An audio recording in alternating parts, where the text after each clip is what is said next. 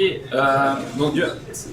ceci donc est la deuxième partie du talk consacré à Rust. Ça va aller très très vite, 10 à 15 minutes grand max. C'était juste en fait pour vous montrer quelques features, en fait, vraiment très peu de features du langage. Vous montrer un peu de syntaxe à travers un projet qui s'appelle Snatch, qui est un accélérateur de téléchargement qu'on a écrit en Rust.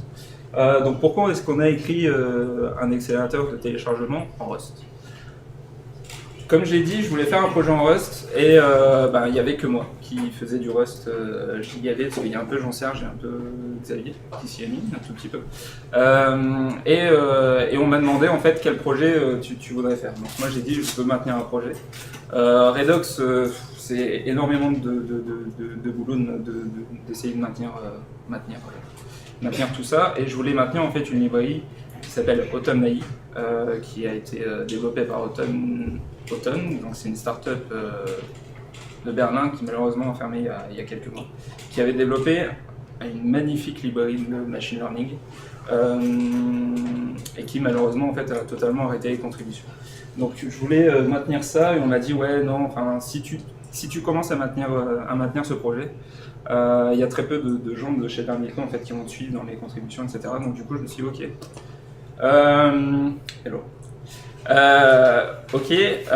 Donc du coup j'ai essayé de faire je me suis posé la question, et un jour en téléchargeant je sais plus combien de gigas en fait de données d'un client, je me suis dit il faut absolument que je regarde un peu wget. J'ai regardé le manuel, je suis c'est beaucoup trop compliqué, et puis je vais essayer d'en faire un. D'où Snatch en fait. Donc c'est un accélérateur de téléchargement écrit en Rust.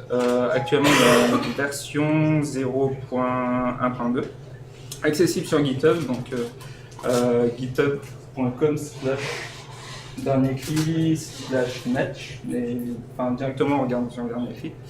Et aujourd'hui, on a plus de 16 contributeurs et plus de 540 peut-être. Donc je vais vous montrer en fait à l'intermédiaire de 5 onglets directement du code et aussi de spécificités de Cargo. Ok. La première feature qu'on peut voir directement de Rust, donc ça directement, c'est l'import. Donc directement, moi j'ai utilisé Hyper, donc c'est une librairie en fait qui permet de faire des requêtes HTTP. Ah oui, ça marche. C'est mieux. J'ai utilisé Hyper, donc c'est ce qui permet en fait. Moi j'ai utilisé principalement pour faire mes requêtes et HTTP, HTTPS et tout le tralala. Donc ça utilise principalement en fait ce qu'on peut retrouver avec les namespaces de C++, mais la grosse feature qu'on retrouve, c'est les traits. Les traits, c'est ce qui permet en fait de... moi je la définis comme une manière de spécifier un comportement, ou plutôt d'augmenter en fait le comportement d'une spécificité d'un objet, ce genre de choses. Donc là je définis directement un trait public, donc je définis en fait la portée, la visibilité en fait de mon trait, et je lui dis tous ceux qui vont hériter de ce trait, entre guillemets, vont hériter de la méthode getContentPlace qui va renvoyer un type option bytes. Donc bytes directement en fait c'est un nombre de bytes. Et le type option, c'est ce que vous pourrez retrouver si vous avez fait du OCaml, c'est un type sum, c'est-à-dire qu'il va obtenir une valeur ou alors il va obtenir rien. C'est soit il donne une valeur, donc somme une valeur, ou alors il renvoie nul. Et directement ce que j'ai fait, c'est que j'ai pris directement l'objet headers qui est compris à l'intérieur de la librairie Hyper, et j'ai dit je veux implémenter la méthode getContentPlace pour ça. Donc au lieu d'avoir une fonction qui va prendre en paramètre un objet, etc., et qui va donner du code un peu pas très esthétique, parce qu'en fait ce qu'on veut c'est directement une spécificité de l'objet, et non pas passer par une fonction, lui donner l'objet en paramètre, etc. Là je pourrais directement faire mon header.getContentPlace, et si donc self, donc directement en fait l'objet a l'attribut getContentPlace, dans ce cas-là je retourne la valeur qui est définie à l'intérieur de Market. Donc ça, c'est ce qui permet en fait de récupérer la longueur du fichier que je m'apprête à télécharger. Le deuxième, alors si je vais trop vite, n'hésitez surtout pas à m'arrêter. Je crois que je vais trop vite. Non, pas trop vite, mais est-ce que tu peux nous rappeler en tous les cas la différence par rapport à une interface? Si c'est explicable, facile à interpréter. Ouais. Alors, quelle est la différence avec une interface en très très gros, c'est exactement la même chose en fait. C'est en très très gros. Il y a quand même une petite différence, Oui. c'est que dans le trait, tu peux implémenter la méthode contrairement à l'interface, et tu pourras passer par une classe abstraite qui implémente cette interface si tu veux l'implémenter sur le principe. Là, le trait, tu peux implémenter certaines méthodes Python. C'est moins vrai en Java. Enfin, en Java 8, tu mets des méthodes par défaut dans cette interface. Ah ouais? Est-ce que je peux me permettre d'intervenir? Alors, moi, le vidéo connaissance que j'ai sur les traits, ou tout ce qui touche au taille classe et au trait, pour moi, en fait, le trait, c'est l'héritage qui est transversal, alors que l'interface, c'est l'héritage linéaire. Alors, on va dire, nous, vous pouvez retourner si on veut. Au final, on est toujours avec une classe parente qui n'est pas qualifiée. Donc, c'est un peu comme des mixins, sauf qu'au contraire de mixin, on peut choisir à quel moment on va faire prévaloir une implémentation. Donc dans le mixin, comme en Ruby, au final, en fonction qu'on fera un Lincoln, c'est le dernier input qui compte. Ruby est un langage qui est affreusement lent et interprété. Alors qu'au final, par PHP, qui est un langage qui est aussi interprété et affreusement lent, on a un opérateur instead of, ça va être choisir lors de la classe. Dans ce cas-là, il y a plus de magie derrière. Est-ce que ce serait vraiment des type classes? Je ne sais pas. Et après, les type classes sont évidemment un scan. Voilà, donc en très très gros, c'est la même chose.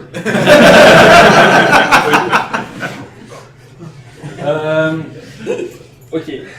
Là directement, je vais vous montrer. Alors.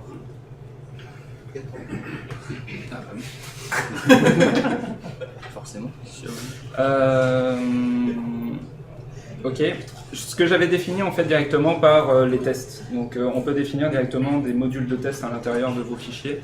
Donc là par exemple, ce que j'ai dit c'était que tout ce module test, que j'appelle le test chunkless pour tester justement si ma fonction getChunkless fonctionne. Je crée directement un module et je dis dès que je tape un cargo test, il va aller checker tout ce module là et il va m'exécuter tout le code qui est à l'intérieur. Donc franchement ça va très très vite, je mets juste en fait le... Donc ça c'est le petit... ce que j'avais appelé le petit dérive tout à l'heure. C'est une sorte de métaprogrammation où justement il va regarder le dérive, il va faire le test et il va réimplémenter en fait une fonction qui dit ok, là il faut que tu fasses le test, etc. pour permettre en fait à Cargo de l'exécuter tout ça. Si vous avez fait un tant soit peu de Java, Python, etc., c'est directement avec les asserts. Donc je regarde en fait si getChunkless, donc du coup je ne sais plus du tout les paramètres que je vais donner, 0.15.0 équivaut à none directement, donc là du coup dès que je lui donne ces paramètres ici, soit c'est ce que je vous avais expliqué tout à l'heure avec le type option, soit ça me renvoie directement une valeur, soit ça me rapporte, soit ça me renvoie rien. Donc là je regarde si justement ça me renvoie absolument rien, et si en faisant cette fonction là ça me renvoie un type sum qui contient une valeur, donc qui est juste un type qui contient deux champs, qui va dire ok, pour cette fonction là avec les paramètres que tu m'as donnés, je vais te donner une partie du fichier qui vaut 249 octets. Et je fais ça en fait plusieurs fois pour directement donner les tests que je veux exécuter. Une fois que j'ai défini tout ça, un petit cargo test. Pardon. Un petit cargo test. Alors je vais le refaire du coup. Ça va très vite et il me donne en fait si les tests unitaires ou les tests d'intégration sont passés ou pas. Donc en fait vous avez juste à définir à l'intérieur de votre fonction ou à l'intérieur d'un dossier qui s'appelle test, etc. Ce que vous voulez exécuter, une seule commande et vous savez déjà en fait si le comportement de votre fonction est bon ou pas. J'ai une petite question, Thomas, par rapport à ce que tu as montré il y a des minutes sur l'implémentation du trait. Celle-là ou Notamment les celle-là? Ouais. Tu vois, étant donné que le langage, c'est quand même un langage qui a pour but d'éviter au maximum les erreurs au runtime, là, le fait que tu fasses une wrap qui peut potentiellement causer une erreur. Alors non, le unwrap ne cause pas l'erreur. Le unwrap, ce qui... Oh, pardon. Alors, En fait, C'est potentiellement nuable, non Du fait que ce soit une option le unwrap directement, ce qu'il va faire, donc pourquoi, enfin, étant donné que Rust détecte des erreurs à la compilation, etc., pourquoi j'utilise le unwrap juste ici? Le unwrap, en fait, est une fonction qui va regarder la valeur, qui va être contenue à l'intérieur directement de getContentLess, qui va me la donner, et qui va directement la déréférencer. Le truc, c'est que je sais déjà qu'il y a une valeur, en fait. Pourquoi? Parce que je regarde si le contenu, en fait, contentless est directement dessus. du coup, Là, si j'avais mis directement ça, le unwrap, ce qu'il allait faire justement, c'est si j'ai un type sum avec une valeur à l'intérieur, il allait me renvoyer le type sum. S'il y avait none, là, il m'aurait renvoyé une exception. mais du coup, c'est pas plus dans la situation de Rust de faire du pattern matching ici? Si, mais en fait, j'aurais pu le faire si justement je n'avais pas explicité comme quoi j'avais déjà une. Faire les deux. Ah oui, totalement. C'est ça. Je suis susceptible d'avoir, parce que je suis un grand fan de pattern matching, bah, juste ici. Ouais, justement, ça c'est un truc que je vous montrerai après.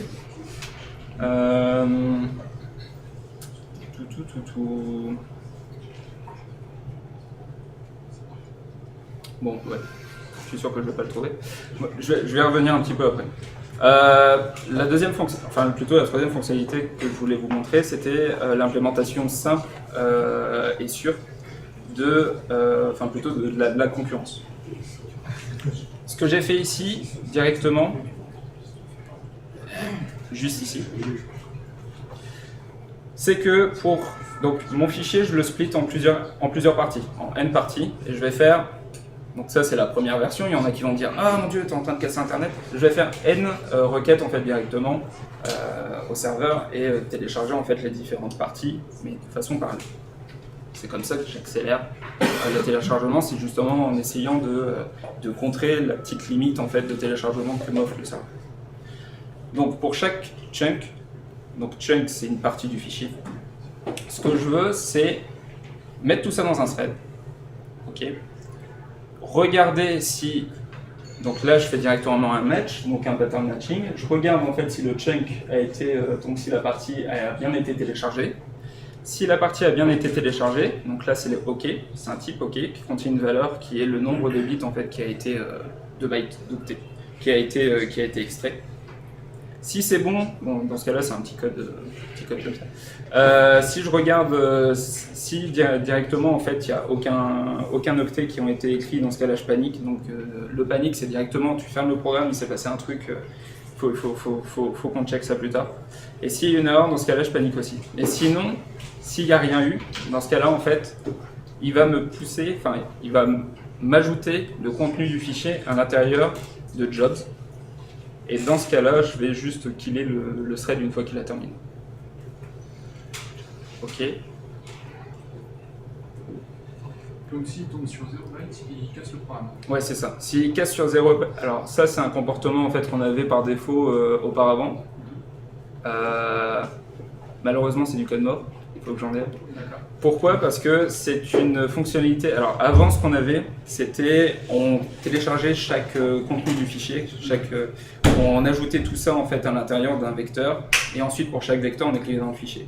Maintenant, ce qu'on fait, c'est qu'à chaque fois qu'on récupère un chunk, on regarde, on lit les 2 mégabytes, les 2 mégaoctets qui ont été téléchargés, et on met directement dans le fichier. C'est-à-dire que si vous téléchargez, je sais pas moi, Big Bug Bunny, le truc qui a été fait avec Blender, bah, dès que vous lancez le téléchargement, vous attendez peut-être 5 à 6 secondes et vous pouvez déjà commencer en fait à regarder le film. Parce que ce qu'on va faire, c'est directement un offset sur le fichier, on va écrire en fait au fur et à mesure qu'on télécharge les données directement dessus. Donc là, du coup, là, directement, c'est dans le back-end qu'on vérifie si on a quelque chose ou pas. Donc là, typiquement, en fait, donc c'est tu peux ouvrir VLC et faire... Ouais, complètement. Ouais. Limite, je pourrais vous montrer après en dernier recours. Un truc qui est... Attendez, un truc... Là, du coup, je fais un move, enfin, plutôt, je lance des threads et je lui donne des variables. Et notamment, en fait, avec des références et directement des clones. Je m'assure auparavant, en fait, de cloner le client et l'URL. Pourquoi? Parce que après, si je suis susceptible en fait de les modifier, souvenez-vous que je n'ai le droit qu'à une seule référence mutable à l'intérieur de l'ensemble en fait, de threads. Ça veut dire que je ne peux muter, à part d'autres, très simplement, je ne peux muter qu'une seule fois en fait ma variable. Si j'en suis thread, je n'ai le droit qu'à un seul thread qui va pouvoir muter tout ça. Du coup, ce que je m'assure en fait, c'est que je vais copier directement le client, l'URL, etc. Et je ne vais pas balancer en fait directement dans mes threads des références. Ok ? Pourquoi ? Parce qu'à la fin du for, le hyper client sera désalloué. Donc la mémoire en fait qui sera directement allouée à l'hyper client va appartenir au thread. Et une fois que le thread sera tué, du coup il désalloue la mémoire et du coup je ne peux pas utiliser hyper client après le for. Ok ? Donc ça c'est un concept en fait qui est un peu compliqué en fait à prendre en main au premier abord. C'est mais ouais, mais je te donne directement en fait un contenu, je te donne une référence, ou alors directement un objet copié, mais à la fin de la fonction en fait je peux toujours pas y accéder. Et oui, si vous donnez directement la variable que vous avez initialisée en paramètre d'une fonction, la fonction dit ok, je prends l'ownership sur cette variable, et une fois que la fonction a terminé, elle dépile tout et la variable que vous avez allouée auparavant n'existe plus non plus.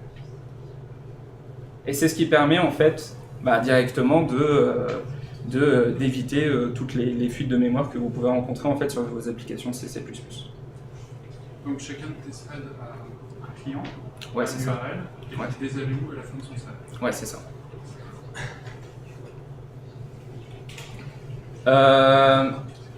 Alors là directement, ce que je peux vous montrer, c'est comment j'implémente cette feature.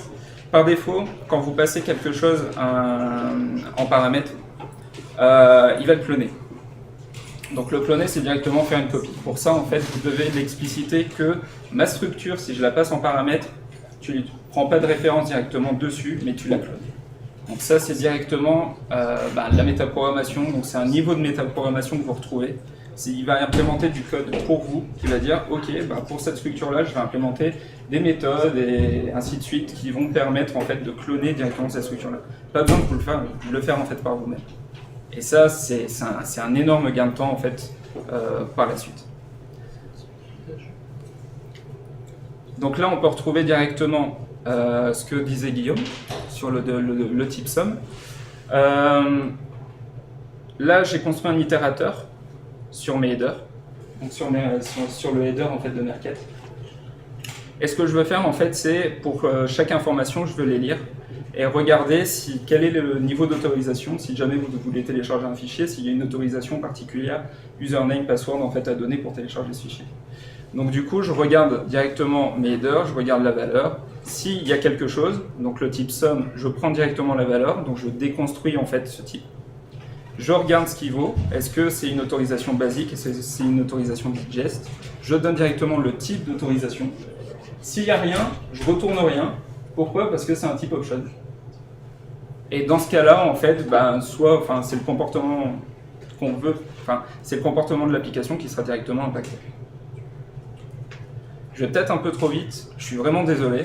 Est-ce que tu peux, par rapport à ce que tu as fait tout à l'heure, la différence, tu te souviens, tu avais vérifié avant qu'il y avait une valeur dans le content, tu sais, tu n'avais pas fait de pattern matching et tu avais fait un graph. Ouais, ici. Est-ce que si tu n'avais pas fait ce check, là, si tu n'as pas fait le self as, est-ce que le compilateur il râle ou pas?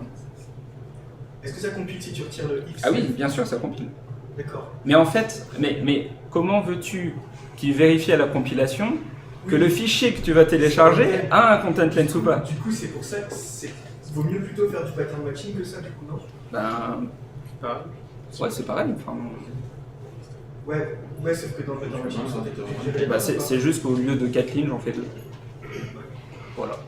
Mais c'est juste ça. Je suis en train de chercher, tu vois, en quoi ça va nous aider à ne pas faire de runtime. Auparavant, j'utilisais le pattern matching à mort. Et jusqu'au moment où, en fait, c'est plutôt quand j'avais fait un stage en labo, je me suis rendu compte que 6 pattern matching à la fois, ça faisait beaucoup.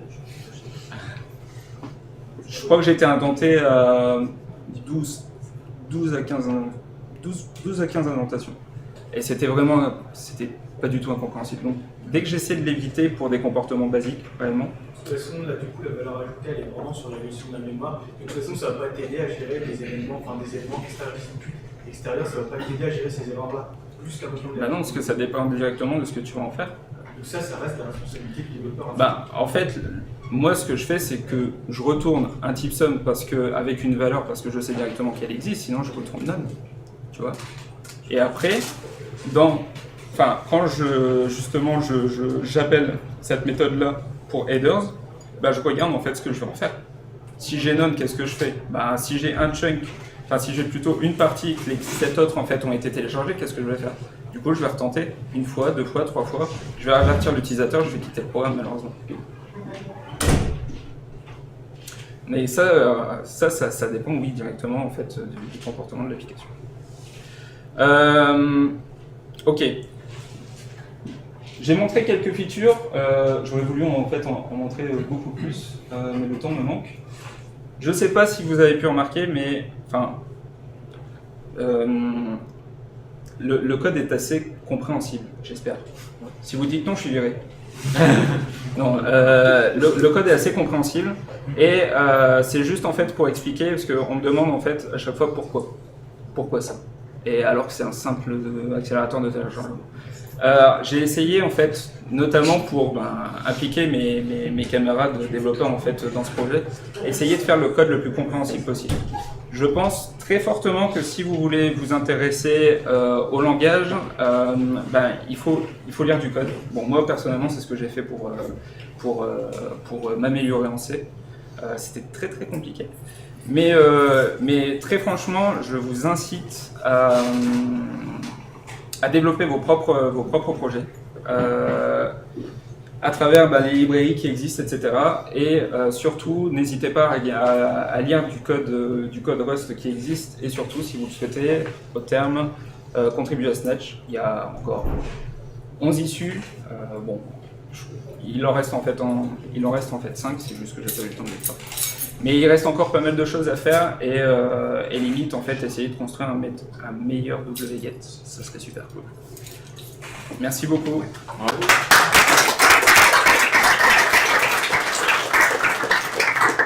J'avais une toute petite question technique, savoir si tu pouvais nous montrer un exemple de lifetime. On en a parlé au début, j'ai pas tout à fait compris à quoi ça servait, si c'était lié au nombre de références ou si c'était réellement une durée dans le temps, et auquel cas comment elle est réellement évaluée. Alors, je vais te montrer un micro. Pardon, excuse-moi. Je vais te montrer directement très vite la présentation de Rust que j'avais fait à dernier cri, donc la toute première, qui contient en fait un exemple de lifetime. J'en ai pas en fait sur Snatch, mais pour moi c'est la principale caractéristique en fait que je montrerai pas. Ah oui. Alors du coup, bon, tant pis, j'ai loupé un peu le truc. Donc ça c'est une fonction qui va prendre directement un entier 32 bits non signé, qui va le passer dans une fonction. On va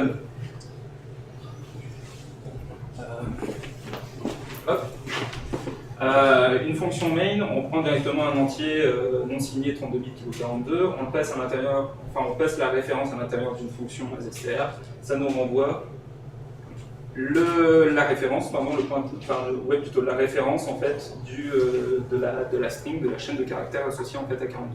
Ça va juste nous renvoyer en fait la référence du 42, mais version string. Et ce qu'on fait en fait, c'est println, wow, 42 est style 42. Tout le monde a compris?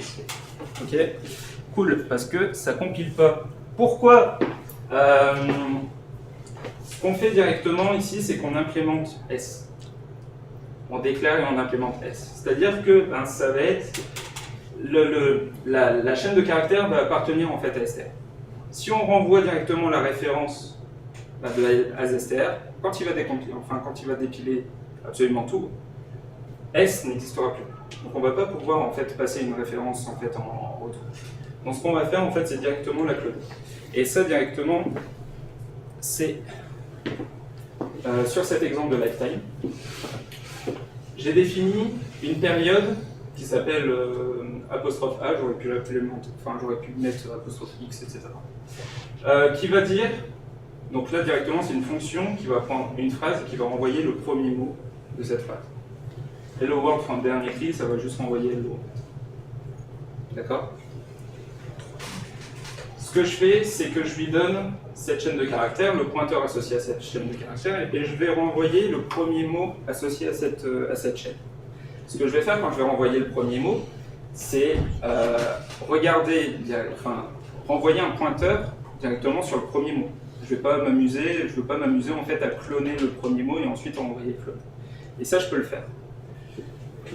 En mettant un lifetime A, donc juste ici, ce que je dis, c'est je renvoie la référence du premier mot, ok, mais cette référence sera tuée quand cette chaîne de caractères sera tuée.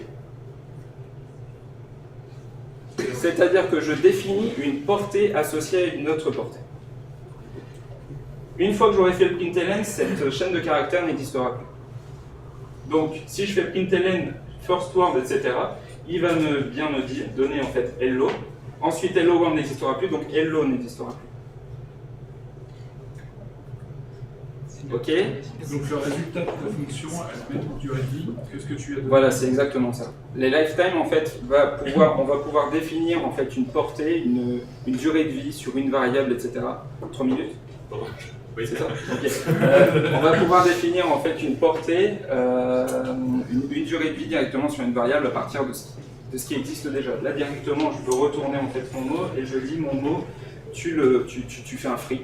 Si vous avez déjà fait tu fais un free directement quand tu free aussi cette phrase. C'est utilisable que parce que tu retournes une référence. Oui, directement, parce que les lifetime ne sont définis en fait que sur les références. Pourquoi tu peux pas directement faire un return du et séquence pourquoi tu es obligé de faire un let du word alors on peut retourner. Ok. Alors, j'aurais très bien pu ne pas aussi mettre return word point virgule et juste mettre sentence de first space. Enfin, pour mieux comprendre le mécanisme, c'est transitif, c'est-à-dire que la durée de vie de ce qu'on voit entrer en paramètre va s'imprimer sur la durée de vie de ce qu'on va faire sortir. ouais, c'est ça. Et si on fait une fonction qui est définie comme ça, qui elle-même a fait une fonction qui est définie comme ça, la durée de vie de deux niveaux sera dépendante du paramètre initial. C'est ça. quand on l'applique. C'est ça. Alors, j'aurais pu un peu plus complexifier en ici ressortir un peu. Directement le premier mot de la première chaîne de caractères que j'aurais pu définir directement ici, définir une chaîne de caractères juste avant, définir le premier mot de cette autre chaîne de caractères et donner deux lifetimes différents. Donc A et B. Et là en fait, c'est là que Rust est vraiment très intéressant, c'est que vous personnalisez à mort en fait votre application et vous allez vraiment au cœur même de la gestion de la mémoire de votre application. Et ça vous permet d'éviter de faire des bêtises. Vous faites du code comme ça, on sait, c'est nickel. Enfin, il va vous retourner le premier mot. Pourquoi? Parce que directement, en fait, c'est encore dessus. Mais dès que la case mémoire est directement utilisée, vous pouvez écrire un template, ça n'existe plus. Ouais, voilà, c'est le cas. Voilà. Et surtout, le compilateur va t'engueuler sur le Oui. Encore une chose, il n'y a pas de garbage collecting, mais les new qu'on voit dans le code, grâce à nos systèmes de portée, il y a quand même le délai qui Il va fait le faire pour toi. de façon transparente. Ça, il va le faire pour toi. Mais directement, en fait, vers l'intermédiaire des blocs, par exemple, ou des portées en fait, que tu vas mettre, si tu donnes directement ta structure à une fonction, ne serait-ce pas passant directement la référence, mais en donnant directement en fait, l'objet, là il va dire ok, tu m'as donné l'objet en paramètre de la fonction, je quitte la fonction, je dépile tout, je dépile ton truc. Donc dépiler le truc, ça veut vraiment dire derrière Free. c'est un free à la C ou C++ traditionnel. Ouais, c'est ça. C'est pas on passe par le garbage collector et il désallouera quand il voudra. Non, il c'est désalloue vraiment à la sortie de la portée. C'est le compilateur qui va créer les instructions de désallocation. Ouais. On peut directement en fait, sortir le code C correspondant ou assembleur, etc. Franchement, il n'y a aucun souci dessus. Et c'est ce qui permet, comme je vous l'avais montré tout à l'heure avec cet exemple de temps de développement associé à Java ou C++, d'aller nettement, d'être beaucoup plus rapide en temps de développement en fait, avec Rust. Dernière question. Non, juste pour Sinon, je vais me faire frapper. Sinon, juste pour conclure, allez sur le site Rustlang. La documentation officielle est vraiment bien écrite. Il y a des exemples et si vous avez un problème, normalement, la communauté elle est là pour vous aider. Voilà. C'est Mozilla par exemple. Et Rust, c'est mieux que C. Non, franchement, n'hésitez pas à jeter un coup d'œil et à faire vos premiers pas avec ce langage. Au départ, ça va peut-être être un peu difficile, mais franchement, persévérez, vous allez voir qu'en fait, vous allez toucher un des langages de programmation en fait, les plus intéressants dans les 10 prochaines années. Pour moi. Pour merci d'autres. Merci beaucoup.